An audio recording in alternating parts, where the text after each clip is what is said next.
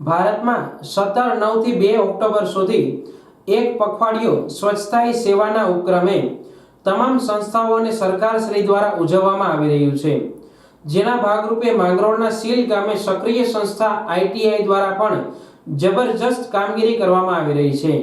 આમ તો આઈટીઆઈના હેડ જીતેન્દ્ર કુમાર ધોળકિયાના પ્રયત્નને કારણે આ સંસ્થા નંબર 1 તરફ પ્રયત્ન કરી રહી છે।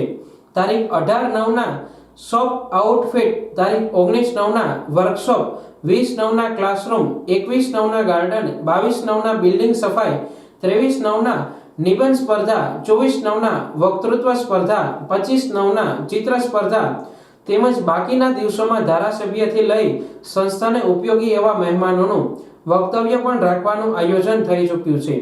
ગત તારીખ 24ના રોજ યોજાયેલી સ્પર્ધાઓ માટે વિદ્યાર્થીઓને પ્રોત્સાહિત કરવા માંગરોળ ધારાસભ્ય ભગવાનજીભાઈ કરગઠિયાને આમંત્રિત કરી તેમની પાસેથી ખૂબ જ અપેક્ષિત ભાવનાઓની માંગ થતા સફળતા મળી છે।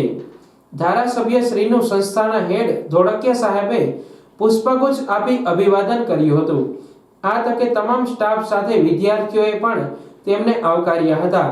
વિશાળ પટાંગણ ધરાવતી આઈટીઆઈના બિલ્ડિંગને અને સ્વચ્છ બગીચાની ધારાસભ્યશ્રીએ મુલાકાત કરીને સંસ્થાને બિરદાવી હતી।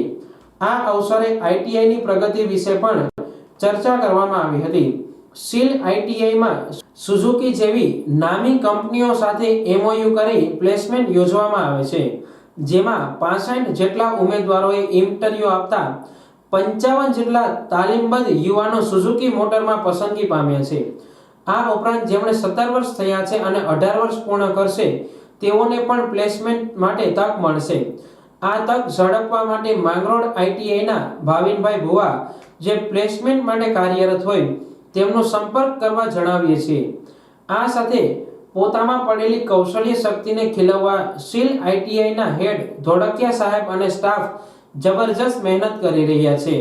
છેલ્લા આઈટીઆઈના સ્ટુડન્ટ અનિમેશ જેઠવા દેશ કક્ષાએ પોતાની સ્કિલથી 20મા નંબર પર પસંદ પામ્યા છે અને હવે વિદેશથી 5 અંકના પેકેજની ઓફર થતા તેઓ તૈયારી કરી રહ્યા છે। આ અદ્ભુત સંકુલ બિલ્ડિંગ તેમજ નિષ્ઠાવાન શિક્ષણગણને કારણે આજે સીલ આઈટીઆઈ ગેડ પંથકના કૌશલ્ય ધરાવતા યુવાનોને તાલીમ આપી રોજગારી 100% અપાવે છે। આ વાત ધારાસભ્યશ્રી પાસે રજૂ થતા તેઓએ પણ પ્લેસમેન્ટ ઓફિસર ભુવા સર અને હેડ એવા ધોળકિયા સરની પીઠ થાબડી હતી।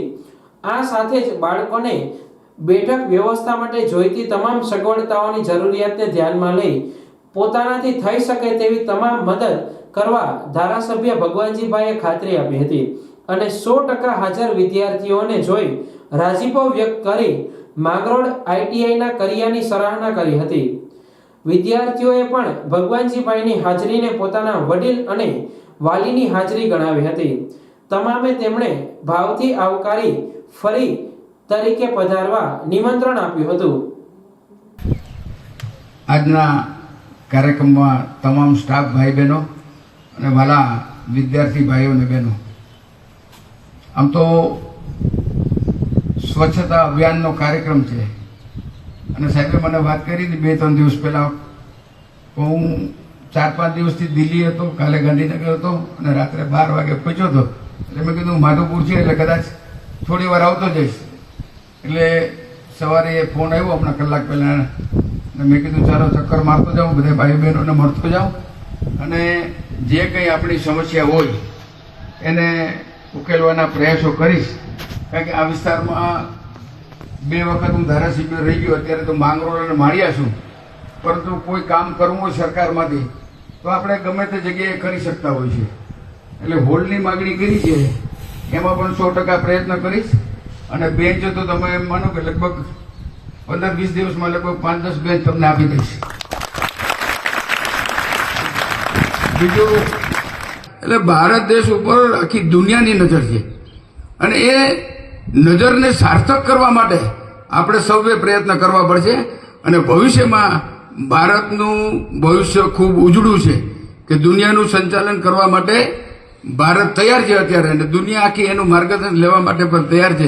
એવો દેશ બનાવવા માટે આપણે સૌ સાથે મળીને પ્રયાસો કરીએ અને નરેન્દ્રભાઈનું 2047માં વિકસિત ભારત બનાવવાનું છે એ સપનાને સાકાર કરવા માટે સૌ સાથે મળીને પ્રયાસો કરીએ. વંદે માતરમ. ભારત માતા કી જય.